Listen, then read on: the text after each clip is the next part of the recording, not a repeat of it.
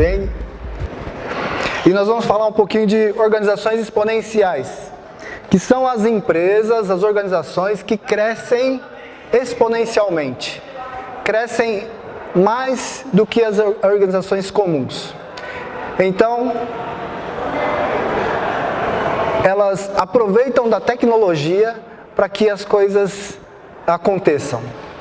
O conceito de organização exponencial que o Salim falou é o seguinte, que ele fez um estudo sobre as organizações exponenciais e ele identificou o seguinte, são as organizações cujo impacto ou resultado é desproporcionalmente grande, é muito grande, pelo menos 10 vezes maior comparado aos seus pares, devido ao uso de novas técnicas organizacionais que alavancam as tecnologias. Ou seja, são organizações diferentes que se organizam de maneiras diferentes, utilizam tecnologias para alavancagem, para crescer rápido.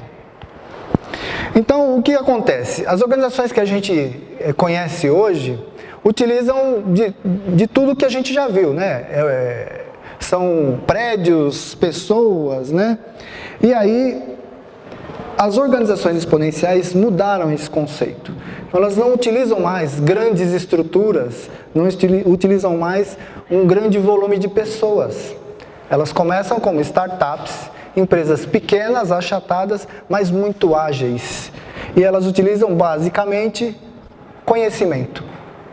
Então, o que acontece? Você substitui grandes estruturas morosas, lentas, lineares, por estruturas menores que fazem a mesma coisa, porém muito melhor e muito mais rápido.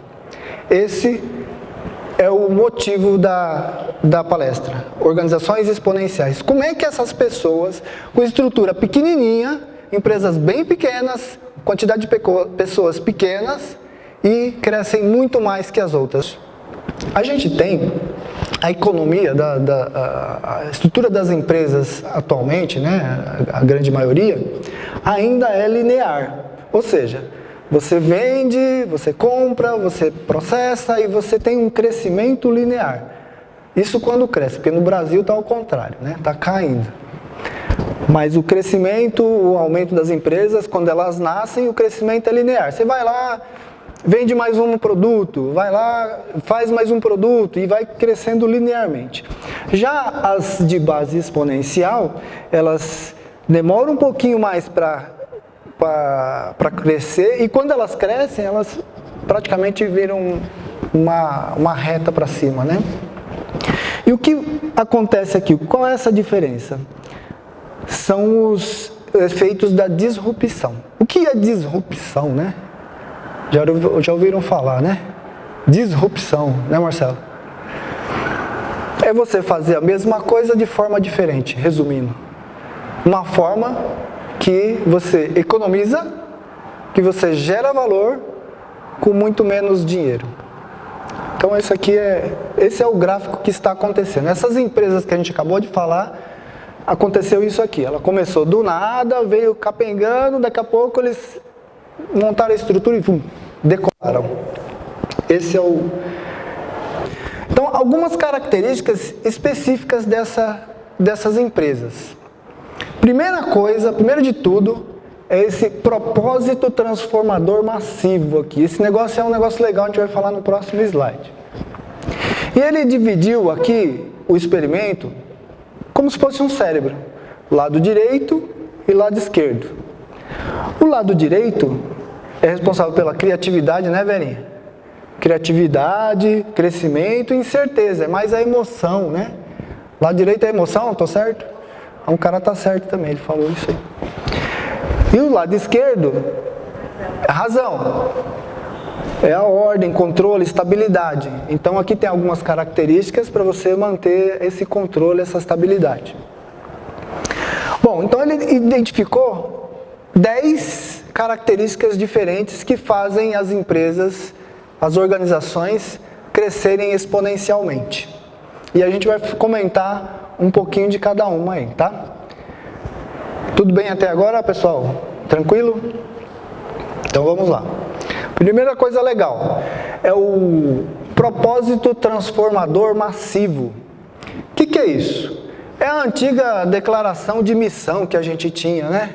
Toda empresa tem lá missão, razão e valor. Missão, visão e valores, certo? Agora tem o propósito transformador massivo. Veja bem, é um propósito. O que acontece? Se você perguntar para as pessoas qual é a missão da empresa, poucas sabem. Se você for lá no Google e perguntar para eles qual que é o propósito, a gente sabe, que é organizar as informações do mundo. Qual a diferença desse negócio? O propósito é diferente de uma missão. Ele é inspirador, ele inspira as pessoas a evoluírem. Aí, outra coisa, né, que a gente viu lá no cérebro é o staff sob demanda. O que é o staff sob demanda? É você utilizar, contratar pessoas quando você precisar. Você não vai contratando pessoas CLT, né, como a gente tem aqui no Brasil. Tal. Você contrata quando você precisa, na hora que você precisa. E isso alavanca. Imagina se o Uber tivesse que contratar todos os motoristas. Colocar na CLT, com férias, 13º. Não ia existir, né? Não ia existir. Então é isso. Staff sob demanda. Você contrata o que você precisa. Então você tem os técnicos, os caras que valem muito dinheiro. Não tem um técnico aí que o cara é único. Tem 3 ou 4 caras que fazem aquilo no mundo todo. Como uma empresa pode contratar um cara desse? É muito caro. Mas o que ele faz? Ele divide. Tá bom, eu sou caro, eu vou continuar caro. Só que eu vou fazer um pouquinho para você, um pouquinho para você. E aí todo mundo me paga, eu vou ganhar muito mais se eu estivesse trabalhando para uma empresa só. As relações de trabalho estão mudando, a gente vai ver isso. Aí eu coloquei aqui esse site, que é um exemplo bem legal que a Procter & Gamble utiliza. De staff sob demanda. O que é isso? É um aplicativo que as pessoas instalam e as empresas, quando quer fazer algum tipo de levantamento, quando quer fazer algum serviço, manda uma ordem de serviço para cada celular das pessoas. Então funciona assim. A Procter & Gamble quer saber como estão as mercadorias na gôndola do supermercado. Se ela tivesse que fazer essa pesquisa utilizando os seus funcionários, ela ia demorar meses para fazer 3 ou 4 cidades, que ela ia ter que percorrer todos os mercados e tal.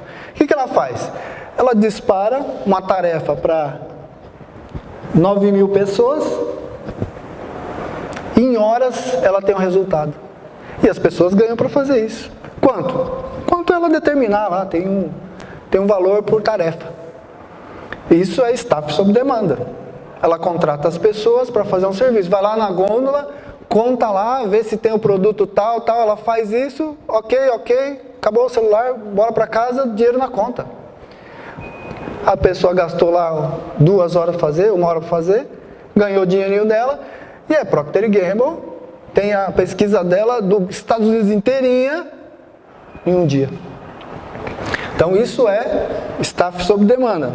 As empresas não internalizam as pessoas. Comunidade e multidão. O que é isso, gente? É o seguinte. Você tem a empresa aqui, com a sua equipe, seus clientes, e aí você tem alguns fãs. Os fãs da empresa, os caras que, aquela empresa é muito legal, né? E eles fazem parte da comunidade daquela empresa. Eles ajudam, dão feedback para que os produtos saiam melhores. Bacana. Fora a comunidade, você tem a multidão, todas as outras pessoas que são simpáticas à empresa. Então elas são engajadas. São aquelas pessoas que colocam lá o adesivo da 89 no carro. Tá aqui, Coloca o adesivo da Nike na sua janela. São pessoas da multidão, estão engajadas com a causa. Então, essa característica da empresa exponencial é muito importante.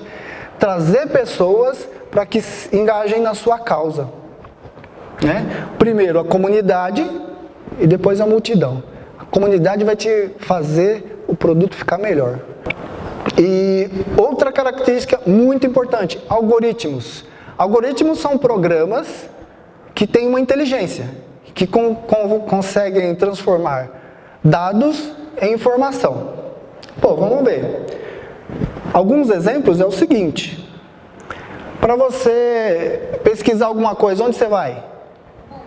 Google. Todo mundo vai no Google. Vai lá no Google e dá aquela googada lá. Escreve alguma coisa e ele traz um monte de coisa. O que é isso que vai lá e traz essas coisas e exatamente o que você precisava? É um algoritmo. Então são algoritmos que fazem isso. Então você tem vários outros softwares, empresas que utilizam software para fazer isso. O Netflix. O pessoal já conhece Netflix? Como é que ele sabe o filme que você gosta?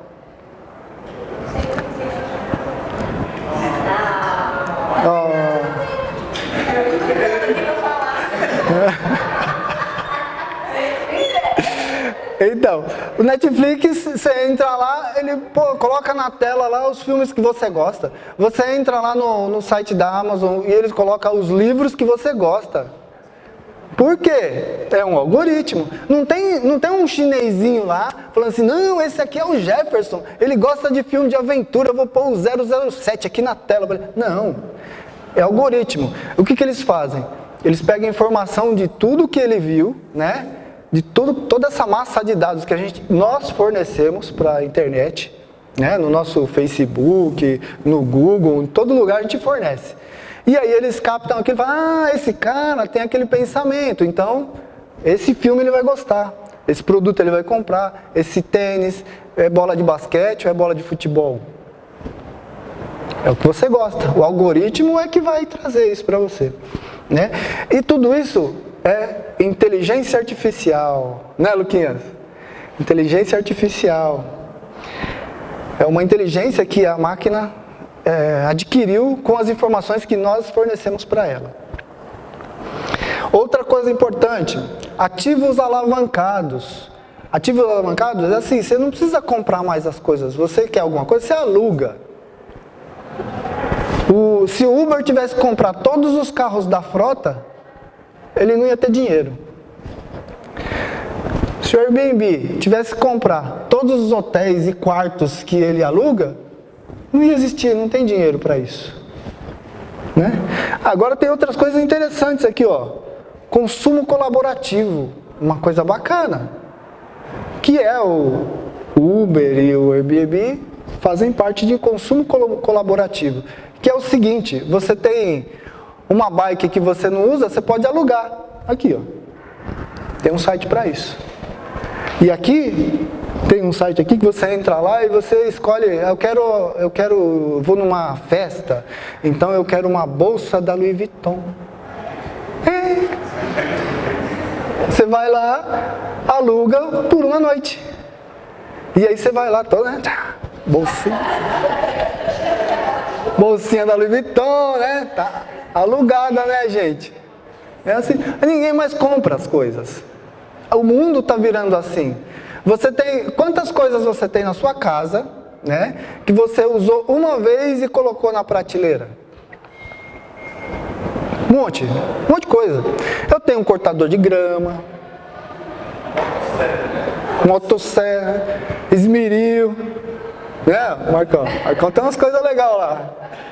Você deixa lá. E aí, se você usar esse site aqui, ó, você ganha dinheiro com aquilo lá. E quem vai ganhar mais dinheiro que você? O cara do site. O cara do site, que o cara que teve a ideia, que montou a estrutura, que é o cara, ué. Né? É o Uber. É o 99 táxi. É assim que eles fazem.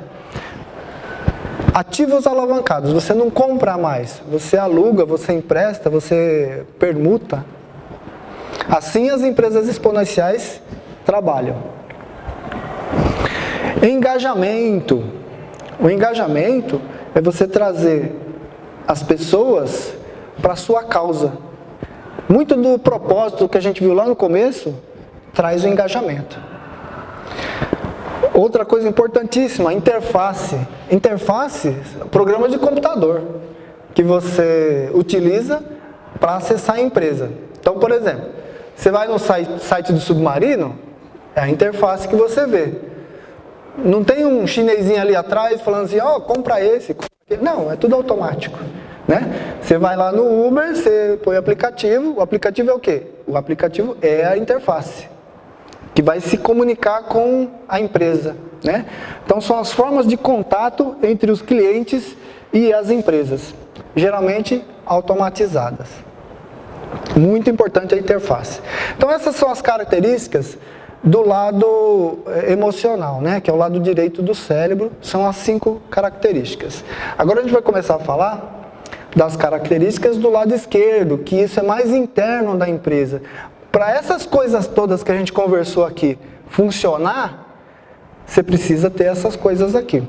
Uma coisa importante para te dizer é o seguinte, que uma organização exponencial não precisa ter tudo isso. Em média, elas têm 4 ou 5 coisas. Você tendo 4 ou 5 coisas, você tem potencial para chegar lá, para fazer o que os caras fizeram. Então vamos falar um pouquinho a parte interna, o que tem por trás dessas empresas, que a gente vê muito a interface. A gente vê a interface e não vê o que tem dentro.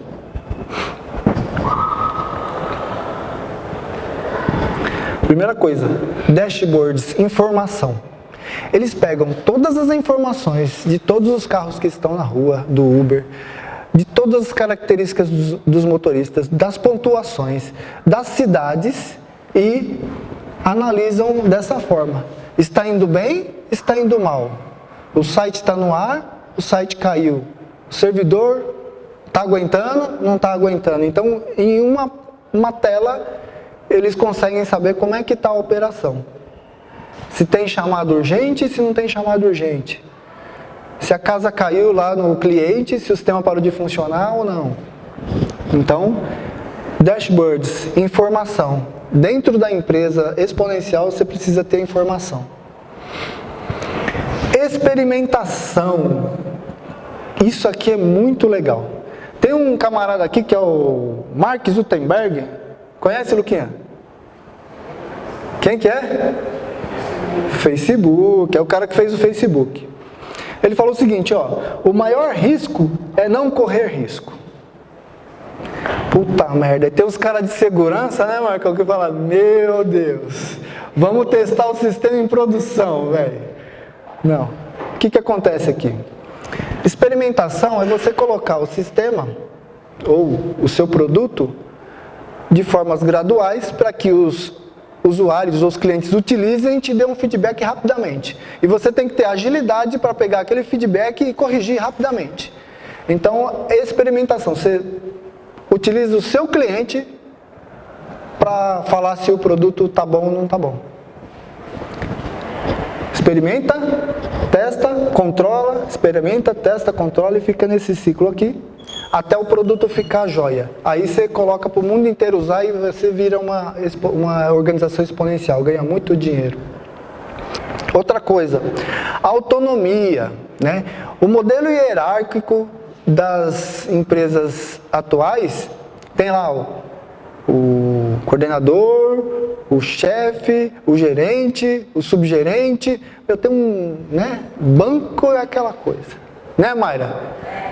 Tem lá o assistente, o chefe do chefe, o chefe do office boy, né? Até chegar no diretor, ninguém nem sabe quem é.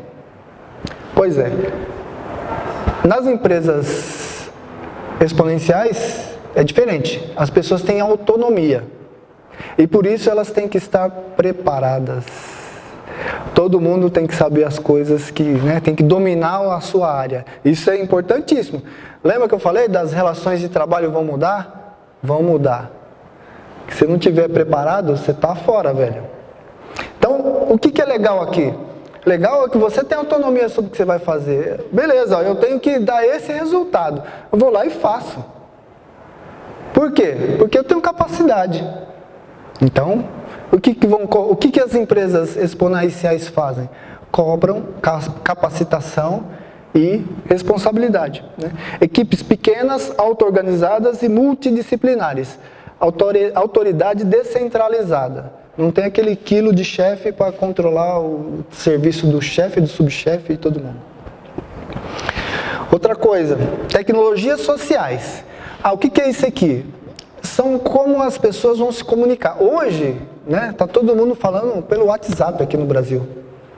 É normal, tem grupos para trabalho A, para trabalho C, tem grupos de estudo, tem grupos de tecnologia, então está dentro das tecnologias sociais. Mas a gente usa teleconferências, ferramentas de comunicação, wikipages, documentos compartilhados no Google, né? Então a gente usa bastante lá a agenda do Google, utiliza as coisas do Google para compartilhar as coisas, né? Para fazer a colaboração. Então essas tecnologias ajudam a empresa a alavancar. Bom, então nós falamos das 10 características das empresas exponenciais. Beleza, pessoal? Dúvida até aí? Fala, Felipe. Então, rapidamente, só para dar uma resumida aqui, ó, a dinâmica que os caras trabalham. A informação acelera tudo. Os caras são pilhados porque a informação acelera demais. E ele tem muita informação. Eles transformam os dados que captam da gente, dos nossos sensores, dos nossos relógios, de tudo que a gente tem, da nossa televisão, e transformam em informação. E aí projetam inteligência artificial para trabalhar toda aquela massa de dados e devolver para você como recompensa. Corrida para desmonetização. Tudo tem que ser mais barato, né? Você vê o custo caindo a zero. Pergunto para vocês, Netflix, quanto ela gasta a cada cliente que baixa um vídeo que já está lá disponível, que algumas pessoas já assistiram? Praticamente nada, não gasta quase nada. Isso é desmonetização. Só que você paga. Eu vou pagar a assinatura da Netflix, né? Eu vou pagar o on-demand lá da televisão. Já está comprado, já está lá. Só vai fazer download e usar. Não é verdade? Desmonetização. Ele não paga nada, mas ele cobra. É assim que funciona. Disrupção é a nova norma. Tem que fazer diferente com resultados melhores. Cuidado com o especialista, né? Você viu que os especialistas faliram algumas empresas que a gente citou aqui, né? Nokia, Kodak, os caras, né? Faliram as empresas, rapidinho. Morte ao plano quinquenal, né? Quem trabalhar no planejamento, você tem que ter o planejamento de 5 anos da empresa. Como é que você vai planejar que uma empresa que tem 1 ano e meio, que nem o YouTube, vai valer... Quanto que estava lá? 1,4 bilhões. Não tem plano para isso, cara. O cara não vai fazer um plano. Daqui 3 anos nós vamos valer 60 bilhões. Não cabe. Então esses planos aqui a perder de vista não existem mais porque as coisas estão encurtando. Você não consegue fazer mais plano de 5 anos para uma empresa. Você pode projetar a sua vida. Daqui 5 anos eu vou querer estar no sítio e tal. Mas para a empresa não dá. Essas empresas exponenciais, viu, gente? Você vai lá nas empresas atuais que o pessoal faz lá, tem que fazer o plano de 10 anos. E aí você planeja amanhã, 10 anos você vai ver, você não cumpriu metade, já faliu, já trocou de dono, nem existe mais. O menor vence o maior.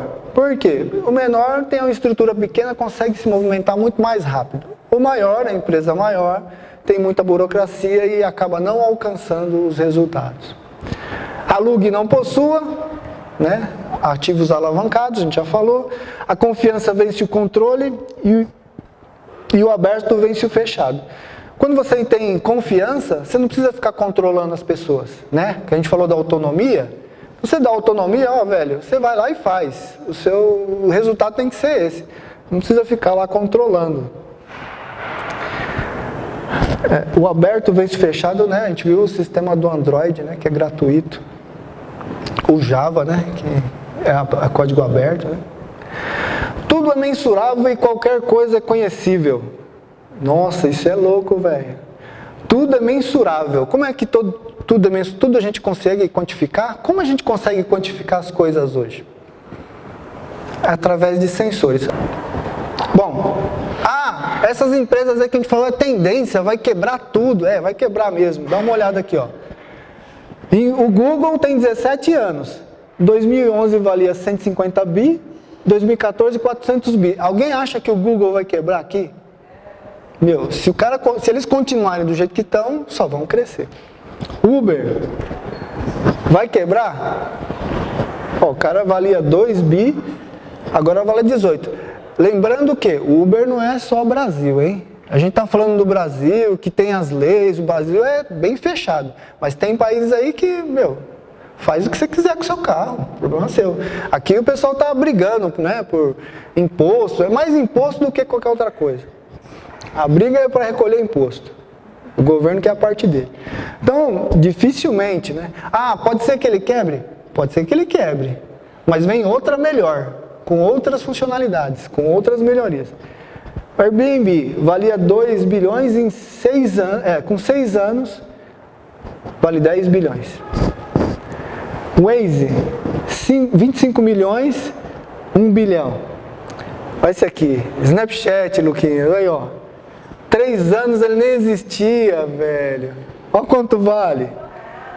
10 bilhões. 10 bilhões pra você tirar a fotinha lá e ficar com o dedinho lá. Gênio, o cara é o gênio. É gênio, não é verdade? Então assim, eu acho, né, e os estudiosos também acham que esse tipo de empresa é o futuro. Se você não está nelas hoje, você já usa serviço delas, como todo mundo aqui, e você vai, no final, entrar numa dessas. Ou você vai ser uma dessa empresa, ou você vai trabalhar numa dessas empresas.